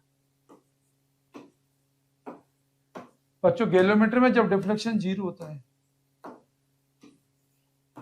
तो बच्चों कंडीशन ये होती है P/Q इक्वल टू R/S होता है। तो बच्चों सॉल्यूशन देखिए, और ये कम रेजिस्टेंस के लिए काम करता है।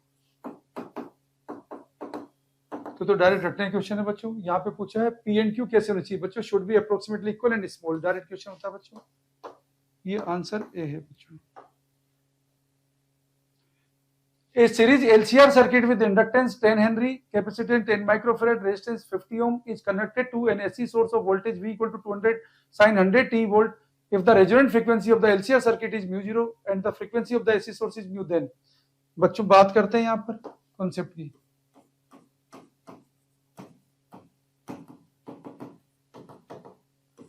बच्चों रेजोनेंस फ्रीक्वेंसी को तो लिखा जाता है 1/2 √LC से, और जब आपको इक्वेशन दी जाएगी V equal to V0 sine omega T कर देंगे बच्चों। तो ओमेगा यहाँ पे क्वेश्चन में आपको 100 दे रखा है, जिसको कर देंगे 2πμ। ये क्वेश्चन सोल्व कर दीजिए। ये क्वेश्चन का सॉल्यूशन है। देखो बच्चों फ्रीक्वेंसी 2πμ इक्वल टू तो आ गया 100, तो म्यू आ गया बच्चों 2 से 50 बार कट गया। ये म्यू तो आ गया बच्चों 50/5 हर्ट्ज। अब आप देखिए रेजोनेंस फ्रीक्वेंसी 1/2π √LC। एल कितना दे रखा है बच्चों 10 हेनरी, और सी कितना दे रखा है 10 माइक्रोफेरेड। ये हो गया बच्चों 1/2π, ये हो जाएगा 10 की पावर -4, जिससे 10 की पावर -2 बार आएगा।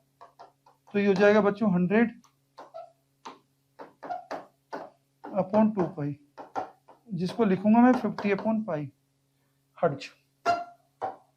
तो बच्चों जो 4 ऑप्शन जो दे रखे हैं उसमें आपको पता चल रहा है μ0 = μ = 50/π हर्ट्ज है। 4 ऑप्शन में से हमारा करेक्ट आंसर है बच्चों ऑप्शन ए। तो बच्चों ये था आपका क्या कि 2022 नीट फिजिक्स का क्या कि सॉल्यूशन बच्चों।